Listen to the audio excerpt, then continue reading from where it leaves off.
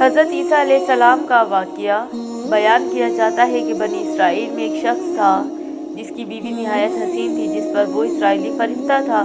چنانچہ جب اس عورت کا انتقال ہو گیا تو اس اسرائیلی شخص کو بڑا قلق ہوا اور ایک مدت تک وہ اس کی قبر پر بیٹھا روتا رہا۔ اتفاقاً حضرت عیسیٰ علیہ السلام کا ادھر سے گزر ہوا تو انہوں نے اس اسرائیلی کو پریشان حال دیکھ کر اس سے سبب جانا۔ تو جب اسرائیلی نے اپنا واقعہ بیان کیا تو حضرت عیسیٰ علیہ السلام نے دریافت فرمایا، کیا تو چاہتا ہے کہ میں اس کو تیرے لیے زندہ کر دوں؟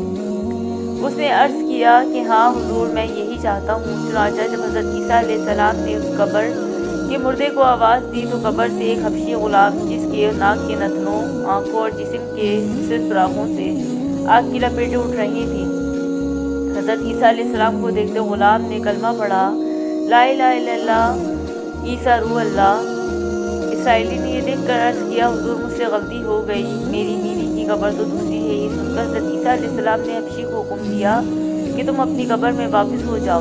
چنانچہ وہ مردہ ہو کر گر گیا اور اس کی قبر کو مٹی سے چھپا دیا گیا۔ پھر حضرت عیسیٰ علیہ السلام نے اس دوسری قبر کی جانب توجہ فرمائی اور حکم دیا کہ اے صاحب قبر، اللہ کے حکم سے زندہ ہو جا۔ چنانچہ قبر پھٹی اور اس سے ایک عورت سر سے گرد جھاڑتی ہوئی باہر آ گئی، جس کو دیکھ کر اسرائیلی بولا کہ یا روح اللہ، میری بیوی یہی ہے۔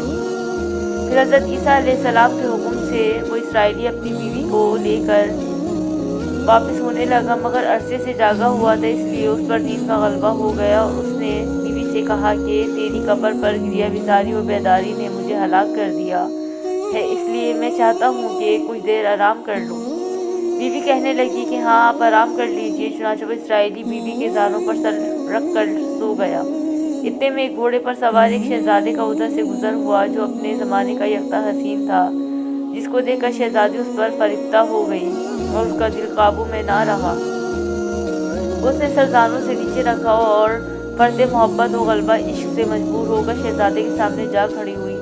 ادھر جیسے ہی شہزادی کی نظر اس پر پڑی، وہ بھی اس کو دیکھ کر اس پر فریفتہ ہو گیا اور عورت کی خواہش پر اس کو اپنے گھوڑے پر بٹھا کر لے گیا۔ چنانچہ اس کے شوہر نے بیدار ہو کر جب اپنی بیوی کو نہ پایا تو نہایت پریشان ہوا اور اس کے ملنے کی تدبیر سوچنے لگا۔ سوچتے سوچتے آخر اس نے نشان قدم پر چل کر اپنی بیوی کو تلاش کر لیا، جو شہزادے کے پاس پہنچ چکی تھی۔ اس کو دیکھ کر اسرائیلی نے شہزادے سے عرض کیا کہ یہ میری بیوی ہے، آپ اس کو چھوڑ دیجیے۔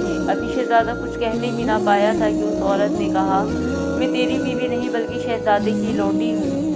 یہ سن کر شہزادہ اسرائیلی سے کہنے لگا، مجھ سے میری لونڈی کو لینا چاہتے ہو؟ اس نے کہا، خدا کی قسم یہ میری بیوی ہے، جس کو میرے سردار حضرت عیسیٰ علیہ السلام نے مرنے کے بعد میرے لیے زندہ کیا تھا۔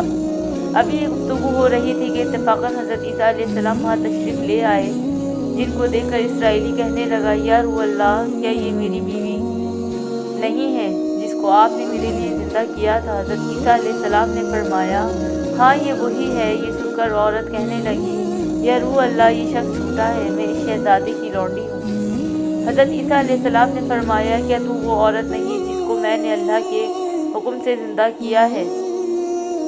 عورت نے کہا، یا روح اللہ، باخدا میں وہ نہیں ہوں۔ اس کے بعد حضرت عیسیٰ علیہ السلام نے فرمایا، جو جان خدا کے حکم سے میں نے تجھے دی تھی اس کو واپس کر دے۔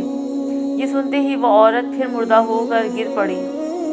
پھر حضرت عیسیٰ علیہ السلام فرمانے لگے کہ جو شخص ایسے آدمی کو دیکھنا چاہے جو کافر مرا تھا، وہ زندہ ہو کر ایمان لایا تو وہ اس حبشی غلام کو دیکھ لے، اور جو کوئی ایسے شخص کو دیکھنا چاہے جو مومن مرا تھا، پھر اللہ نے اس کو زندہ کیا اور کافر ہو کر حالت کفر میں مر گیا، تو وہ اس عورت کو دیکھ لے۔ اس واقعے کو دیکھ کر اسرائیلی نے قسم کھائی کہ اب کبھی نکاح نہ کروں گا، اور میدانوں کی طرف نکل گیا جہاں اللہ تعالیٰ کی عبادت میں مصروف رہ کر اسے موت آ گئی۔ اللہ تعالیٰ اس پر رحم فرمائے۔